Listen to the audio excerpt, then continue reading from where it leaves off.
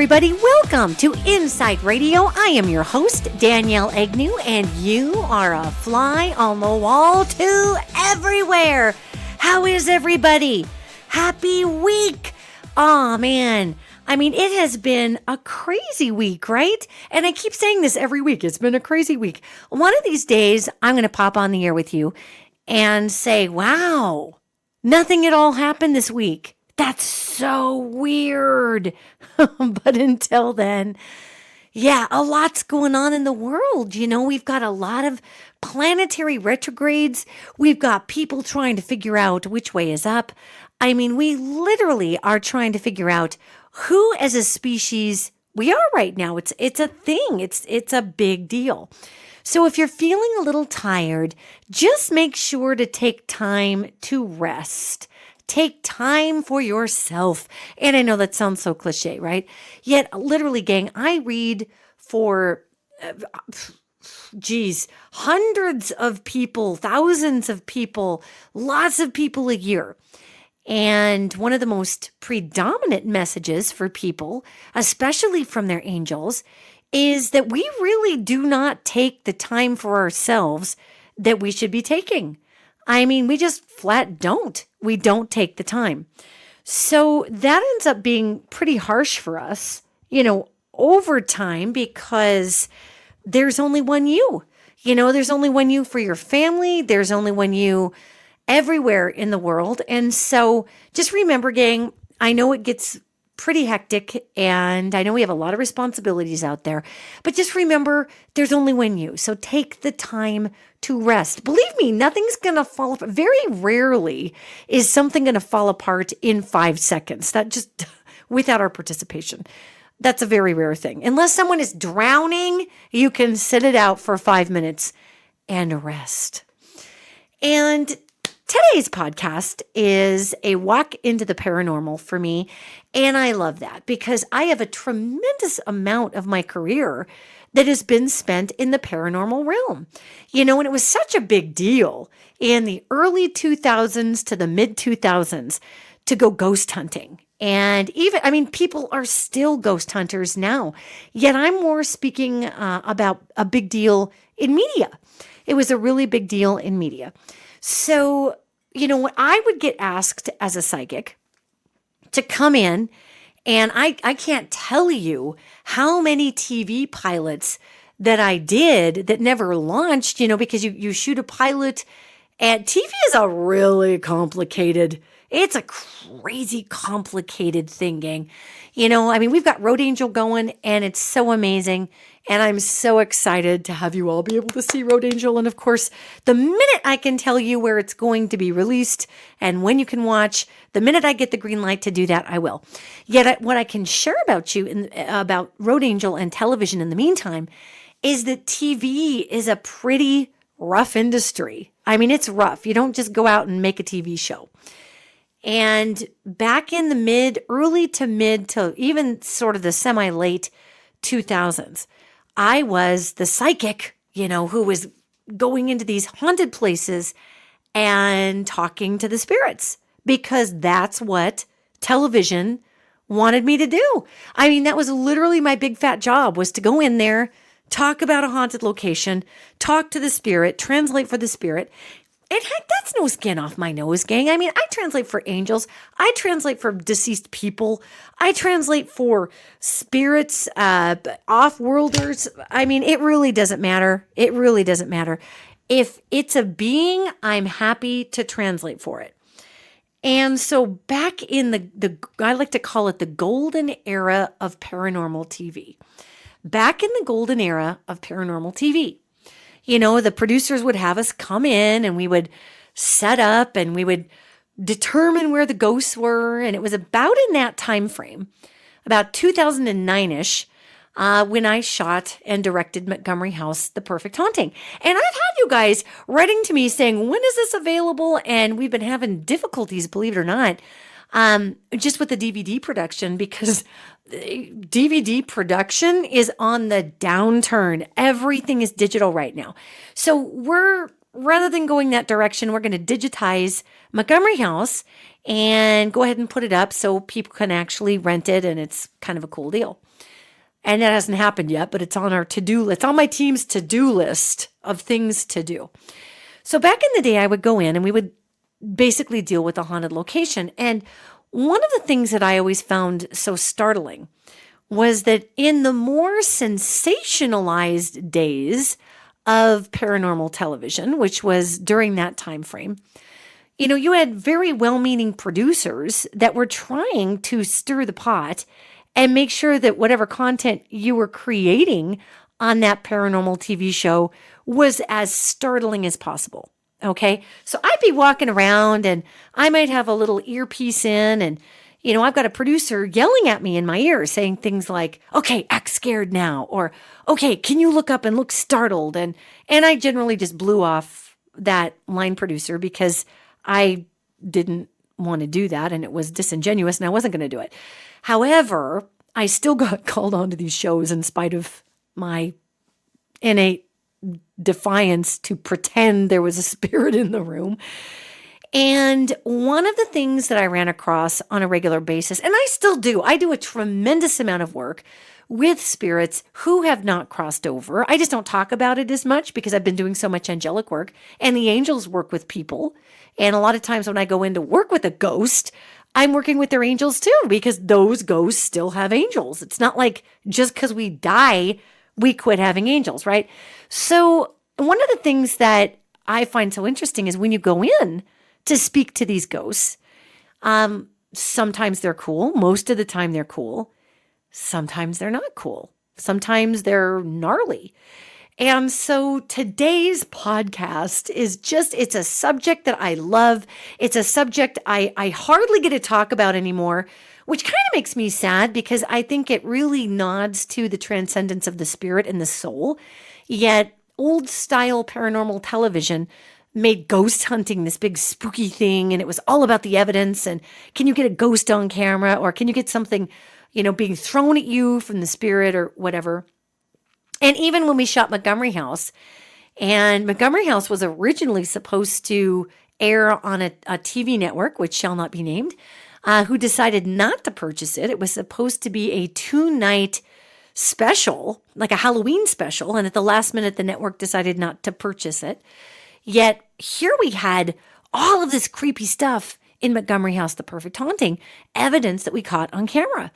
I mean, some really creepy stuff, clear down to spirits saying, get out. I mean, really, we actually caught the quintessential get out and big black blobs, demonic blobs rolling around the basement we caught on camera. I mean, we caught weird entities up in the attic on camera with Montgomery House. And I honest to God think that that's what kind of freaked out the network that was going to buy it, because they were looking at this stuff like, yeah, if we put this on TV, then everybody's going to be terrified.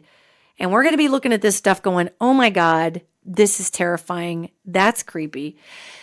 So, one of the things that I wanted to bring forward was that just because we deal in the realm of the paranormal, it doesn't mean every single ghost is scary or bad. And so today's podcast is what makes a good ghost go bad. Because periodically you do run into those beings that have been around, stuck in between the ethers too long, and it just makes us weird, gang. I'm not kidding. If we as a person get locked in a bathroom for the rest of our lives, it's going to make you crazy, okay? So if a person crosses over, and maybe that person crosses over and they don't understand A, how they died, or B, they understand they're dead, but they're afraid to go on because they're afraid that what's going to happen with them is terrifying, like they might go to hell or whatever. We can make choices to not cross over even after we die. Now listen, as somebody who talks to lots of dead people and angels, I highly suggest that when the spacesuit wears out, when your ticket is punched, when it's time for you to go on to the next incarnation, I highly recommend you just go, okay? Don't hang around. I mean, really, there's really nothing left to see here, people. Keep on moving the line. once we're out of the spacesuit, we have such an enormous life to live in that particular ether, which at that time is the afterlife. Yet I have encountered some spirits that just don't want to move on. Now, sometimes when a human gets out of the spacesuit and that human was very, very married to a location, that's their idea of heaven. And more often than not, I would go into a location, and especially with some of these TV pilots or these, these projects that were being shot in the 2000s, and I'd walk into a haunted location and I'd run into a spirit. That spirit wasn't mean or mad. It was just hanging out, man. It wanted to hang out in its indigenous environment. So then you've got some producer yelling and screaming in your ear saying, do something, make it scary, blah. And I can't get on board with that, which I will tell you a story related to that later in the podcast. However, what makes a good ghost go bad? One of the things is shame and guilt.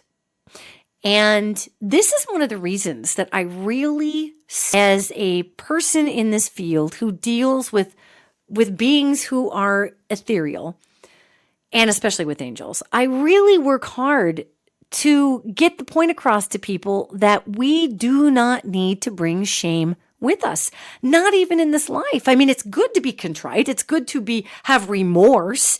It's good to have accountability. It's obviously, we don't want to be, weird, conscienceless sociopaths. We don't want that. Yet shame, gang, I'm not even kidding. It will create within us a dead stop to moving on to the incarnation of love or heaven. Okay? Because when we die, we have this opportunity to leave all of our earthly woes, all of our garbage, all of our stuff with the body. We have this opportunity to leave it with the body.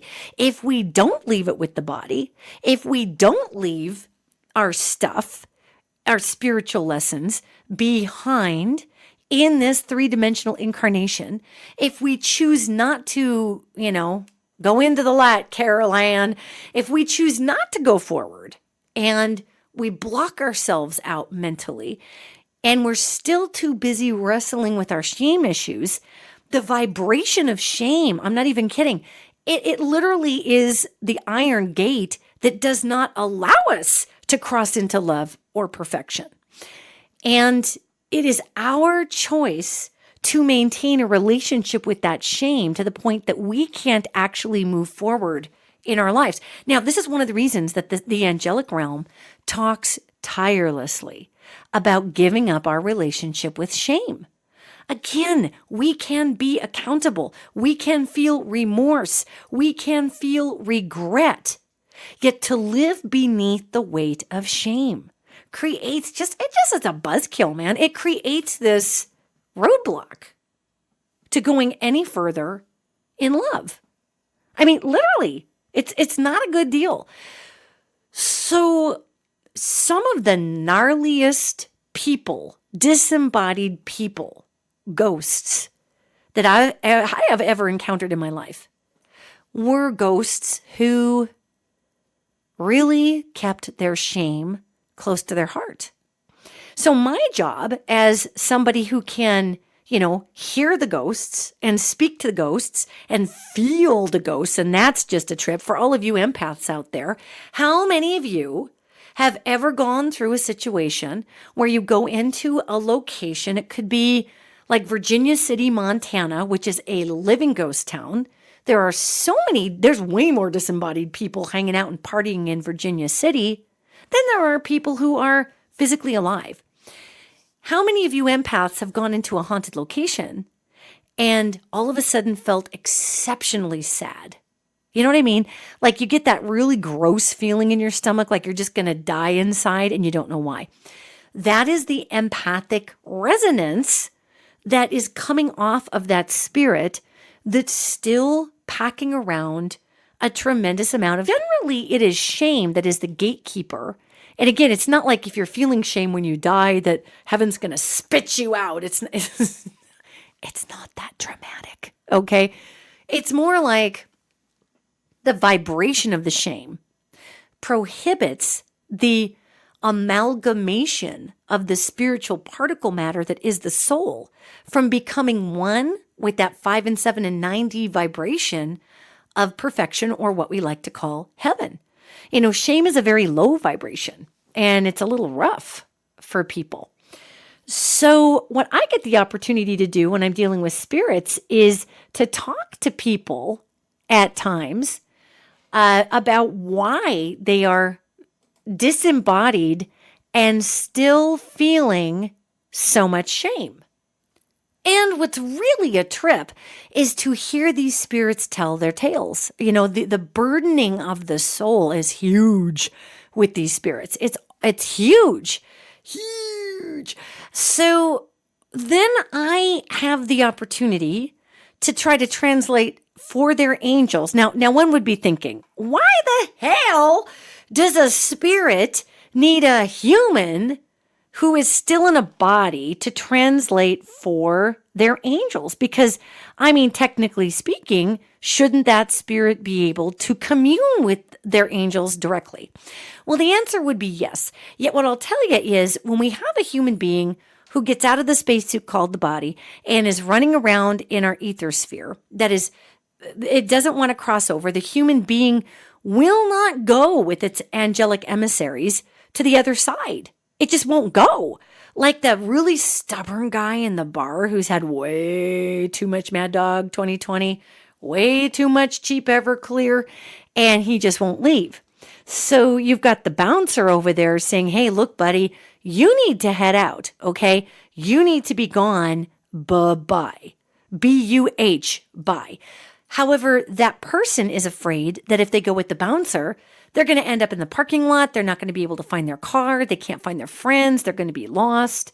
So when I'm dealing with spirits who are packing a lot of fear or a lot of shame, they're afraid that if they go with those angels, they're going to end up getting a one-way ticket to the big old hell house downstairs. They think they're going to get their ticket punched to go see the devil. They're going to be pinned to a tree of fire for the rest of their natural life. And it's amazing to actually converse with these spirits and have them tell you what they think is going to happen to them in the afterlife because they've done some really super sketchy stuff in life.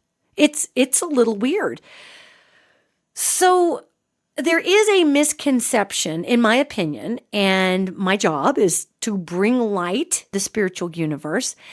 In my opinion, there's a bit of a misconception that the minute we die, we go straight to heaven. The minute we die, we get out of our body, and there's this massive, what looks like a big old blinding light hitting us in the face like a big old beacon, except it's not something you're squinting into. It's just warm and white and amazing. And your angels come forward in that light, and that's when we're getting out of the body. We are literally birthing out of the third dimension into that fifth and seventh dimension. We are birthing into the realm of creation or perfection or love or the quantum field or heaven or whatever you want to call it. And there are some people that as we are going into this light have this very conscious panic attack about how they live their life. So if you could imagine a baby coming down the birth canal and all of a sudden seeing the light kind of crowning as the baby's making its way down, and all of a sudden it just grabs onto the cervix and it's like, no, I'm not going. Imagine the pain to the mom. And I'm sorry, ladies, to even put that out there, and please don't send me hate mail.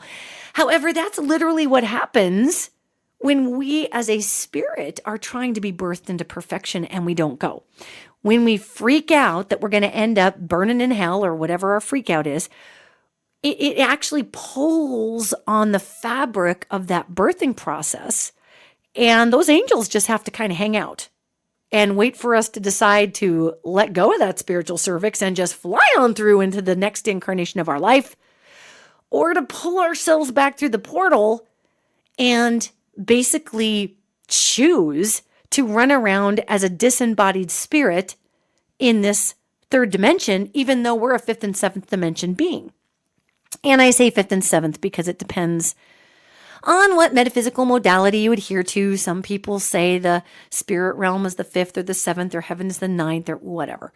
However, we are running in an electromagnetic vibration once we're out of our body that's far faster than our 3rd dimension. So here we are as a spirit running around, and nobody sees us and nobody can touch us, and we can't really touch anything else. We have to work really hard to slow our matter down enough to manifest so people can see us. We have to work 9 times harder to be able to slow that matter down enough to actually physically touch anybody. Otherwise, we just move right through their particle matter. And that individual is, of course, going to weirdly feel kind of a kind of creepy feeling coming up the back of their neck as we, the spirit being, rolls through their particle matter and goes between their cell structure. So people can feel ghosts. It doesn't matter if you're psychic or not. Human beings can feel a disembodied spirit because that disembodied spirit is electromagnetic energy, and human beings can detect EMF. So what makes a good spirit go bad? Well, again, we talk about shame. We also talk about the fact that, those spirits will spend a lot of time just wandering around, maybe seeing other spirits who are on their same fast-moving wavelength, because it's not like they're the only one there. I mean, there's angels following them around, trying to get them to leave. Half the time, those people see these angels as monsters, these big, bright, white. I've talked to spirits who have a lot of shame in what they did in life, child molesters, rapists, people who killed their family members, and they die. And these angels are trying to bring them to heaven or trying to bring them to the next incarnation. And these folks are panicking because they see these beings as these flaming giant monsters that are coming after them all the time. And they see them as demons because not like demons with horns, yet they look at this giant, powerful light being. And angels do kind of look a little funky, gang. I have to tell you, I've been painting angels for people. And one of the things that comes through in my painting of angels is that if the angel wishes to manifest in a humanoid way, to basically have some sort of connection with its human being, then it will. Yet a lot of these angels are pure energy. So they may give me part of a face, or they may give me somewhat part of a body just to connect with that human. Yet they are literally just dimensional light. That's really amazing. I have this good friend, and I painted her angel, and she was hilarious. She goes, "Hey, are you just going to give me a white canvas?" Because, get it? Like a big white angel, right? And, they represent themselves very specifically for people. And it's a challenge for me to paint those beings. Yet sometimes they're a little creepy looking, in my opinion. There are some angel paintings that I've sent out to people, and I'm like, oh my God, I'm going to get a pipe bomb in the mail for sending this. Somebody's going to get this and say, this is the angel that walks with my heart. Are you kidding me? Yet these angels are powerful. And they don't look like these Roman soldiers in fluffy, puffy uniforms with perfect Aryan skin and blue eyes and curly hair. I mean, I suppose they could look like that, but that's really not what they look like in their indigenous format. They have light coming out and everything. So if you're somebody packing shame, if you're somebody who fears that you're going to go straight to hell, on a sled to hell with the devil. If you think that's where you're going, then you see this thing that does not look like a Roman soldier from the Aryan nation. It doesn't look like somebody's, Fire Island boy, blonde hair and long eyelashes and pouty mouth. It's a little disturbing, okay? So how does a good ghost go bad? Well, first of all, there is no such thing, truly, and it's very important that I make this distinction. There really is no such thing as a bad human spirit in terms of the spiritual physics periodic table. We can't be bad, okay? We can make crappy choices. We can really have mental illness that causes us to behave in psychotic ways that reflects very evil behaviors. But the very nature of our particle matter as a soul, gang, it's not evil. It's light, which is, it causes so much confusion for people. Because if we're beings of light, how could we do such terrible things to each other and blah, blah, blah. And that, good God, we do not have enough time in this podcast to cover all of the fine points of why we have our human lessons. Yet when I have encountered these spirits that are nasty, I mean, there are some nasty, twisted up, sideways, pickled in the brain or what's left of the consciousness spirits wandering around in the in-between ethers. It doesn't happen very often.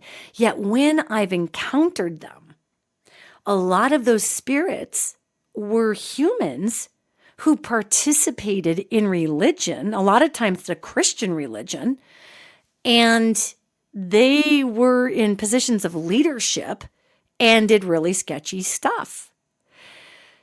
And that's where I see the shame really come out. Now, not always. Obviously, we have all kinds of reasons people don't cross over. Yet when people fear the God that they purportedly served, and they did some really grotesque, crappy crap, people don't want to cross over into that. So they take their chances as a disembodied spirit. They roll the dice. They do not get just sucked like a Hoover vacuum cleaner into the belly of God after we die. That's where our soul wants to go. Yet we can actually thwart that process if we really wanted to. So you've got this. Let me tell a story. I had a spirit one time, and I was dealing with this spirit, and it came through, and I kid you not, it looked like an extra from a Stephen King movie. It was awful. It had one of those short, black, flat-rimmed hats on that you would find in a Amish or Quaker or puritanical religious leader in the 16 or 1700s. And this guy, I mean, by the time I actually got a chance to see him, because the spirit was hiding, he was hiding out in the ethers, which is really creepy. We'll get to that in a second. But was just kind of hanging off out of the way, and I'm interfacing with this guy's angels. And this was a dude who was in a home, and he was causing problems for the people who live there, obviously. So I got called in to deal with this dude. And this spirit would not come around me at all. But you know, like have you ever gone camping and it's dark and you've got the fire roaring and crackling in the middle, and maybe the couples that you're with are all sitting around the fire, and it gets to be kind of that point in the evening where it's late and you're listening to the crickets and the fire illuminates this pitch blackness out into the woods. And people start to stop talking around the fire, and everybody's just sitting there and staring at the flames. And all of a sudden, you're acutely aware that there is something just looking at you just outside of the perimeter of that light. It could be, maybe it's an owl. Maybe it's a cougar. Maybe it's a mountain lion. Maybe it's a bear or a deer, or maybe it's an elemental. Who knows, depending on where you're camping. But you can feel that gaze just out of the light. So this spirit of this disembodied holy man or preacher was just out of the light, and I could feel him looking at me, and I could feel the anger, and I could feel the rage, and I could feel this guy just thinking I was some occultist quack freakazoid who was interfacing with I was doing the devil's work, and it was creepy, okay? And I finally located this guy. Like, imagine sitting in a very, very large warehouse, and there's only one spotlight on you. And you can hear somebody walking around out there, but you can't see them. A lot of times these spirits that go bad, they don't want to be in the light. The light reminds them of what they were. The light reminds them of what is possible. And we see this same skulky behavior with people who are alive. I mean, think about all the people on the earth skulking around just outside of the light. They could change their behavior. They could volunteer. They could apply themselves for their highest good in their life. They could do all of it. But are they doing it? Hell no. They're skulking around on the outskirts, just kind of peering at everybody like a really bad Gollum knockoff. Everybody's trying to make the world a better place, and you feel this thing coming out of the darkness. Precious. Ah, my precious. I mean, this is what these spirits feel like when they go bad. So this guy was skulking around, and I finally keyed in on him. And I began a conversation with him, and I said, "Oh, I see you're a man of God." And the minute I said that, this guy, who, now considering he had been out of his body since the 1700s, so what, 1800s, 1900s, 2000s, 350 years, give or take some change, that this guy's been out of his body. And he comes rushing out of the dark at me with this rage, and he's got a little entourage with them. And the weird thing is, he doesn't notice the entourage, but I'm noticing the entourage. This man has been in torment. He's been in pain. He's been in fear. He's been in shame. He did horrible things to young Native American girls. He did horrible things to young Native American kids. We won't even get into it. Icky, gross you out kind of stuff. And here he comes, full tilt. And I mean, he looked like something out of the flippin' Dickens novels. I mean, this guy, he looked like the goat. He looked like Jacob Marley, with this gaping mouth and this screaming face and this rage. And he doesn't see these blobs of dark stuff that are pretty much glomming onto him and hanging around him. And it was for a tenth of a second, it was almost funny. Like, remember the Peanuts cartoon? Pigpen, okay?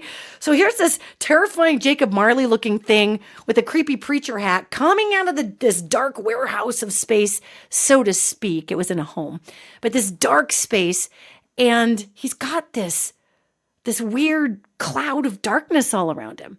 And what the weird cloud of darkness is the low vibration. That is, if you want to call it dark entities, demonic stuff, whatever, that eats the pain that comes off of all of us.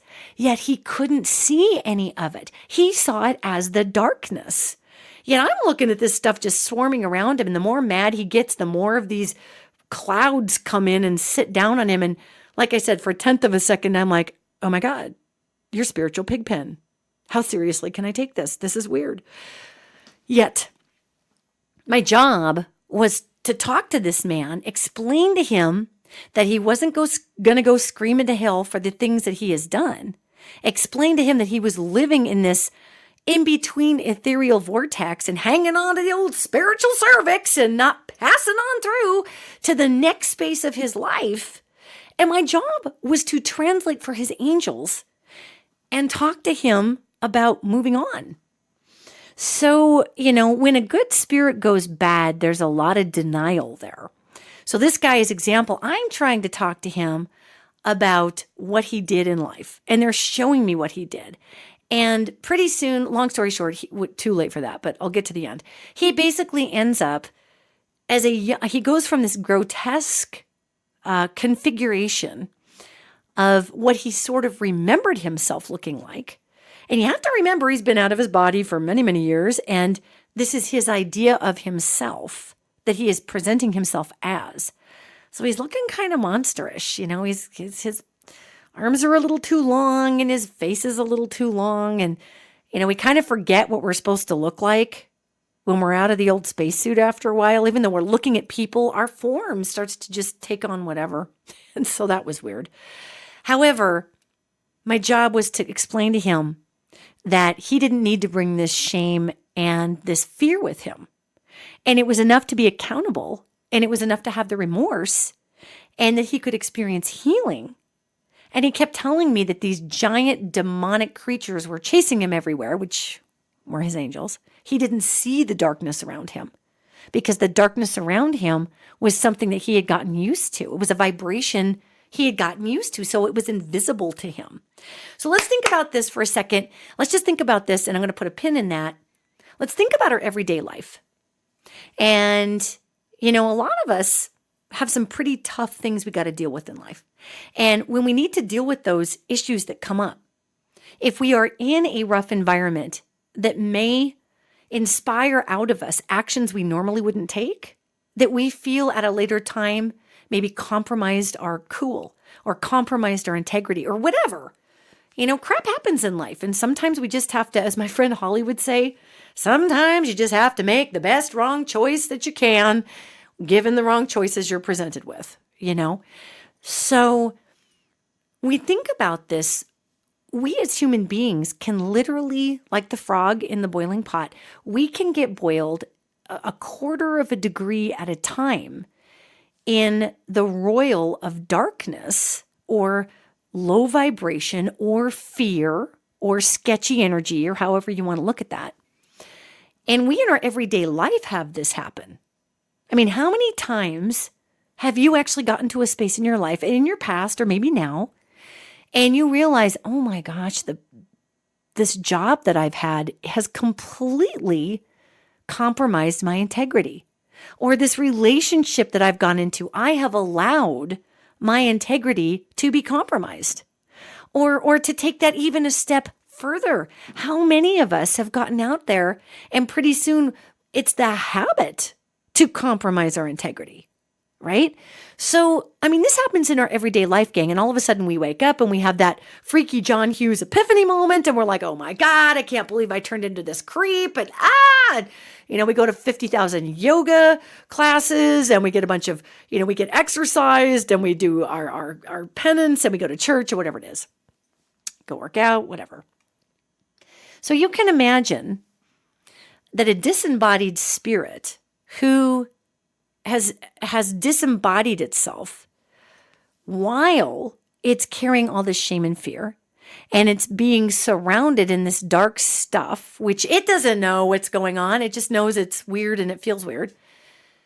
You can imagine how confusing it is to have some chick standing there saying, hey, you've been out of your spacesuit for 350 years, and it's time you move on instead of tormenting the people you live with. So this is another interesting factor. When we look at how does a good ghost go bad, a lot of times a question that I will get from people whose homes are occupied by unhappy spirits, and if I may just put this out there, that honest to God does not happen very often, gang. It really doesn't. It's much more common for a spirit to be disembodied, go out into the world, and kind of like its afterlife. People, disembodied spirits kind of dig sometimes being out there on their own and doing their own thing. So, with that being said, I'm dealing with this guy. I got to explain to him what's going on. He eventually ends up, as we talk about the different things that he had done, and this was a process, he ends up kind of huddled in a corner.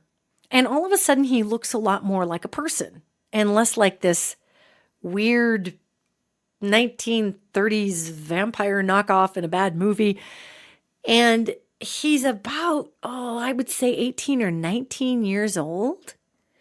And I see that he is being dramatically abused by someone in his life. I don't know who it was, but it was a clergy person. And so this man felt like he had this darkness in him that was imparted to him by, quite honestly, in this particular instance, this man had been sexually assaulted by another clergy person back in the day. And so he was carrying all this guilt and this shame. And then he began to be the predator because that's, as we know, that's a common, unfortunately, psychological application of abuse.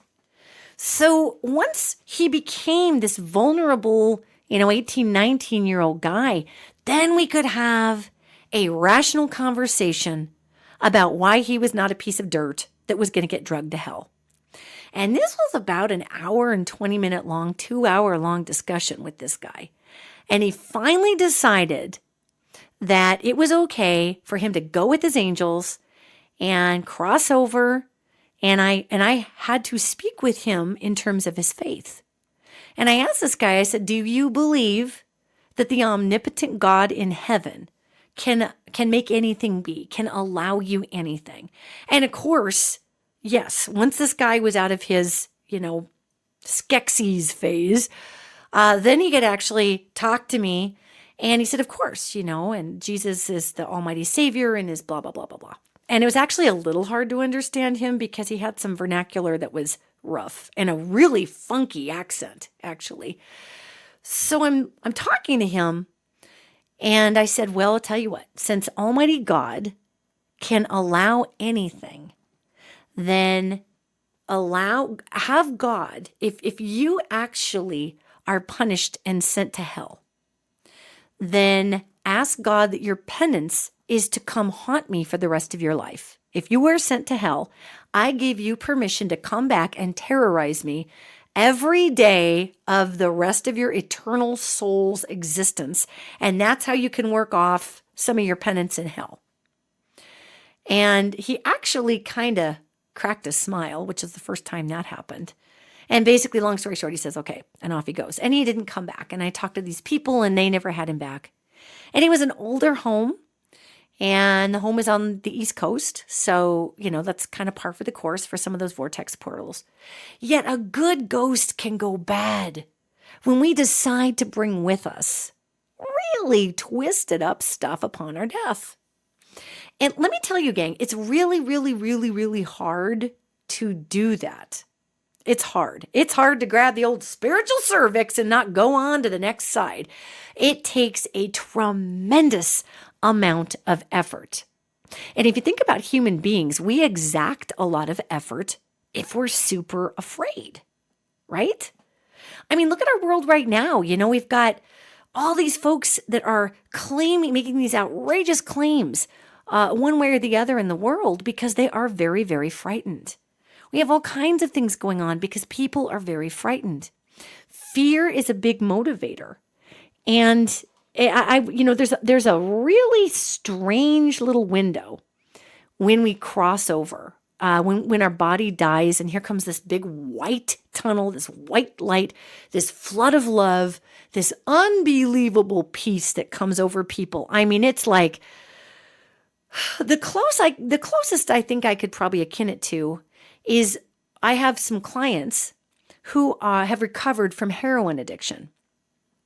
And I asked them, I said, I've never been drawn to drugs like heroin and whatnot. And I've asked these clients, what does it feel like? And they've begun to explain it to me. And I have spiritually or energetically tuned into their energy field and felt what it feels like to be on heroin.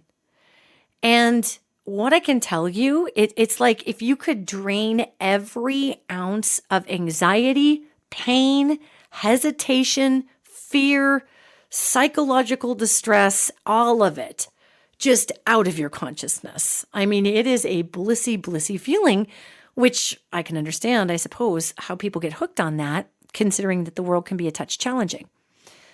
Yet, when we are crossing over, that white light that comes for us fills us with 10 times that feeling. I mean, it is intense. It is nothing but pure love, pure acceptance, pure release.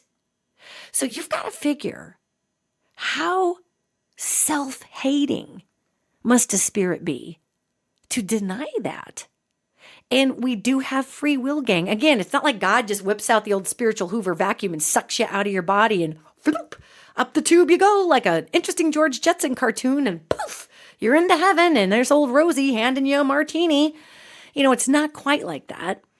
So it's rare. It's rare that spirits actually have the spiritual power or wherewithal or determination to not go into the oneness with the one that is all.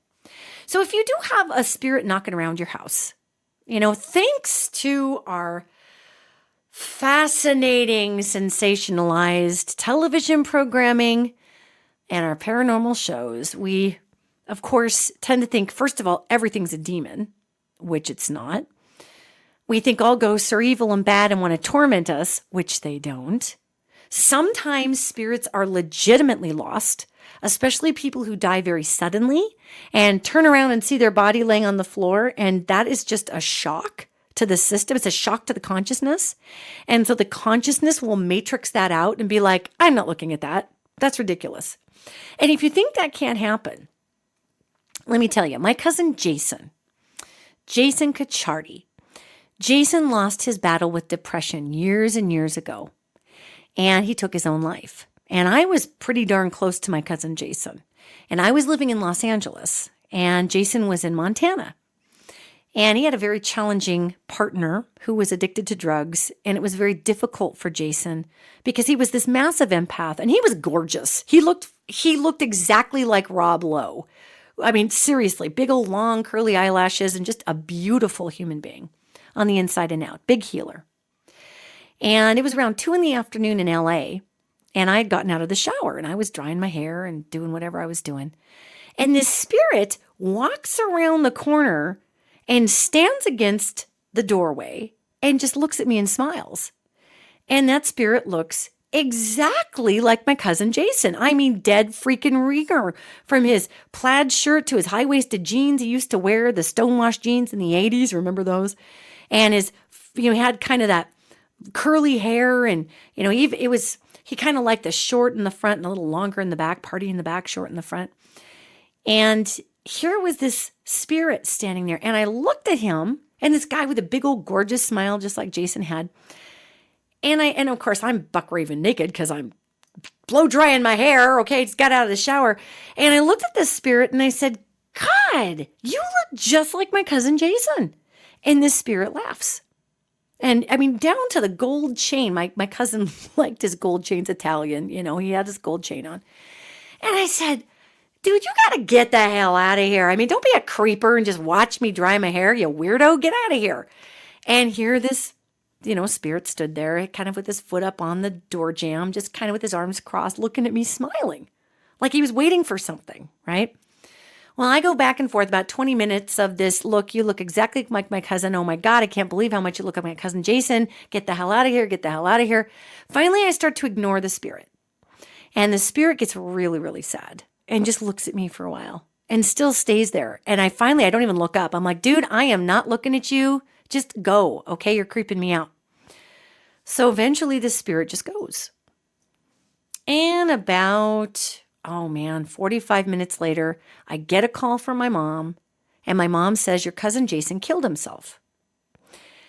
And that blew me away because that was my cousin Jason who came by to say, hey man, how's it going? And by the way, spirits don't care if we're naked. They've moved on. So it's not like there was some weird thing going on. Honest to God. It's like a dog looking at you when you're naked. It doesn't care. Spirits don't care. Not unless it's a succubus. And that goes into the elemental category. And that's a whole different topic. That's a different podcast. But my brain gang, I mean, that was my cousin. I talk to dead people and my brain matrixed that out. There was no way, even though I was looking at my cousin, that my brain could translate that as my cousin. Because as far as I knew, he's much younger than me. He was in Montana. So when people say, well, how is it possible that you can get in a car accident and instantly have your flesh suit stop working and instantly have the body be killed, yet you're wandering around on the side of the road going, what's happening, what's happening? I mean, if you're a spirit, can't you see your dead body? Well, yeah. Yet the brain, the consciousness, obviously we don't have a brain anymore, yet the consciousness is still putting things together. And here comes these angels coming in to try to scoop us up and take us somewhere. And we're like, what the hell are those things? And what am I doing? And so sometimes when I've encountered people who have had horrible accidents, then you've got to explain to them what happened. And that's not really a case of a spirit that's gone bad. That's just a case of a spirit that's freaked out and lost, and its consciousness is matrixing, this isn't happening, this isn't happening, this isn't happening.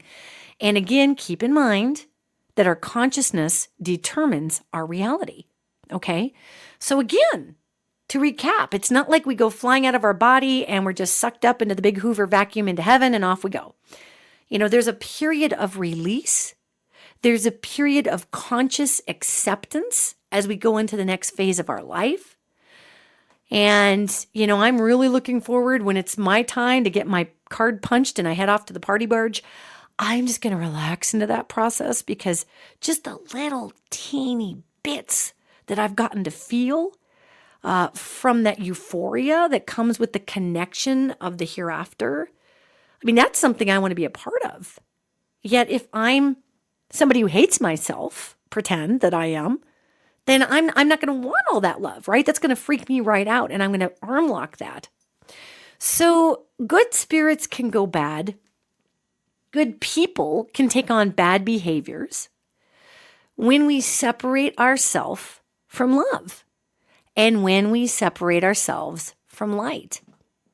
And, here we're filming Road Angel, and we do happen upon spirits. And the Road Angel is not necessarily a paranormally driven television show.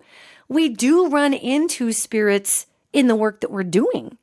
And those spirits always still have their angels with them. And sometimes those angels are just looking at me like, can you help me with this? It's like trying to trap a gerbil in a room full of chairs. It just keeps running all over the place, and we're really having a hard time getting this one corralled. So do know that if you have an occupation in your home, it is highly unlikely that it's a human spirit that's gone, quote, bad or gone septic or gone a little nutso, being separated out into this ether and being surrounded in darkness that it can't even see. Sometimes the darkness will actually take on identities with that person because it wants that person to stay. So sometimes the darkness will become projections of, like in a bad holodeck, a person in that life that tormented that individual. Because darkness can't create anything in front of us that we have not created in our mind first. Darkness always has to work off of our own template of horrors, and then it can take that on, if we're going to bite on it. Yet it'll try it on and see if it works. And if it doesn't work, it'll try it on something else. And sometimes it just remains anonymous and just hangs out and eats the pain off of this disembodied spirit. So, light is always working on our behalf. God, Mother, Father, God, however you look at the quantum field, is always working on our behalf. Always. Yet it becomes very challenging for us to move ourselves to the next portion of our life if we're going in fear. And this is one of the healing modalities that I happen to see in folks who are hospice nurses, the hospice doctors, end-of-life doulas. These are the people who stand in the gap between worlds. And I've been there. I've been there when people have crossed out of their body. It is wild. And I've been there while, somebody says, hold my hand or be with me or whatnot. And you can feel this rush that just leaves. And when normally we transition and are birthed into the next phase of our life as a spirit being, that's normally a really good feeling, even though it's sad for everybody who's standing around the body. When it very first happens, there's just this amazing awe, like, whoa, because everybody feels the transfiguration. Now we're talking if somebody's expected to cross over and they have family around them and whatnot. That's a different story. If there's an accident, obviously there's trauma. That's a whole different spiritual lesson. So I wanted to do this podcast about how a good spirit goes bad, because it also wraps around to how easy it is for we as human beings to allow ourselves to become obsessed with not crossing over into healthy aspects of our life, and eventually ending up like that frog that's boiled 1 degree at a time. We end up in a dark place. And our angels are trying to help us the whole time. And they're like, oh, Lord, they're going through that personal horror again. So they're trying to help us. And sometimes we just don't want to take the help. So just know this: if you have something going bump in the night in your house, It may not even be a person. You might have an elemental being that's bent out of shape because you cut all the trees down. You might have, every once in a while, we have certain off-world races, extraterrestrial races that come through and kind of rattle a few things in the ethers. Yet if you feel like you have a person in your house, and that's always that weird, like something looking at you feeling, like when you walk into a department store and you're like, oh man, the sales lady, she's pinpointed me. And you can feel those eyes in your back and you turn around and, she's descending on you. Can I help you? And here's 19 blouses. And you're like, oh man, I just wanted to look at the sale rack. What's going on? Human spirits connect with us in a way that pings us and lets us know they're there. So if you happen to be feeling something looking at you, whether it's in the light or the dark, talk to it. Just talk to it and say, what in the heck? How can I help you? How can I help you? You obviously need to chat. Is there something I can help you with? And if it's just creepy feeling and you don't like the way it feels, you can say, I can sense that you're here. And I have to tell you that I don't like your vibration. So if you're not going to participate with me in love, you have to leave because I am not going to participate with you. And that's a whole thing, And again, unless we have a real problem child, so to speak, a spirit that's had a lot of practice being disembodied and not connecting, that doesn't happen very often, okay? So I kind of felt a responsibility to have to explain all of this because I've done a lot of paranormal work. And though I never sensationalized it, there are some things out there and some spirits out there that are a little disturbed, or are reliving disturbing components in their life because they just can't remove that piece of their psyche, emotionally, because that's all vibration, to cross over. It's rough. And I do think also, this is another thing, I have witnessed with people's angels who are standing with these disembodied people. I have witnessed these folks, these angels, telling me their story. And sometimes, and this is again, it's a kind of a rare deal. I ran into 2 of these spirits in Montgomery House when we shot the documentary that are reliving their trauma. It's part of their soul lesson to figure out how to deal with some of this trauma. And that just gets super duper weird. I mean, that kind of crosses over into a whole different thing.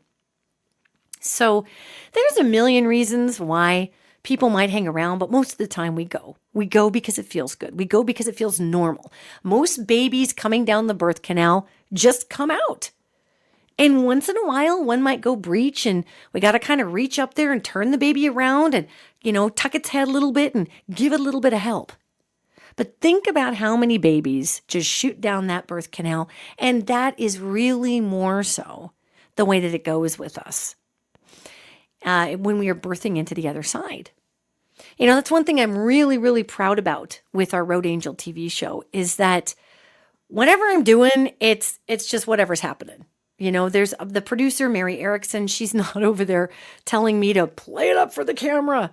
And our production manager, Melissa Siana, all of us are very, very dedicated to just the beauty and the transcendent quality of what can happen when we allow the spirit to heal. And sometimes that means with dealing with some pretty gnarly stuff. And I do deal with gnarly stuff. And there are spirits that come forward when we're dealing with people's angelic life or dealing with clearing spaces. Yet, I started telling a story earlier, and we just have a few more minutes, about the sensationalized nature of some of the TV shows in the mid to late 2000s in the paranormal, realm. And there was one particular television show that I had worked with another individual who had been on a big A&E show. And we had put together a show and pitched it to a network. And that show ended up getting picked up, even with the title that we gave them. Yet they recast the whole show. So they put in a different psychic instead of me, one that really, really is quite out there and plays it up, and a very different type of spirit worker than I am. Much more, just way outside the box. And, everything's a demon and everything is terrible and everything's whatever. And they replaced this other person who was on the A&E show with an individual that was basically a knockoff character of this person who was kind of a famous paranormal star. And this show is still on the air. Yet when I look at it, and it's just going to remain nameless, but when I look at this show, I think about, first I was super butthurt, obviously, when the show came out, and I'm like, oh my God, that's my show. And they literally recast me with somebody who doesn't even, who's a very different type of spirit worker than I am, very different type of psychic. And it's still on the air. And I look at this and I think to myself, that show was never meant for me, because there's no way that I could have hung in there and created that level of sensationalism in the paranormal with that producing group. I mean, there just isn't. I'm not wired like that, gang. I think that real life is way creepier than fake life. I think that real miracles are way more amazing than things we can come up with and try to Hollywood concoct. So I guess I just felt some semblance of responsibility, having done so much paranormal work and a lot of it on camera. And it was all, again, coming from a place of education for people. Yet I really wanted to make sure that people understood that a good spirit doesn't just go bad. And a good person doesn't just go bad. You gotta have the right soup of tough lessons. So this week, when you go into the world, if you feel anything going bump in the night, just realize it may not even be a human. It might be something passing through.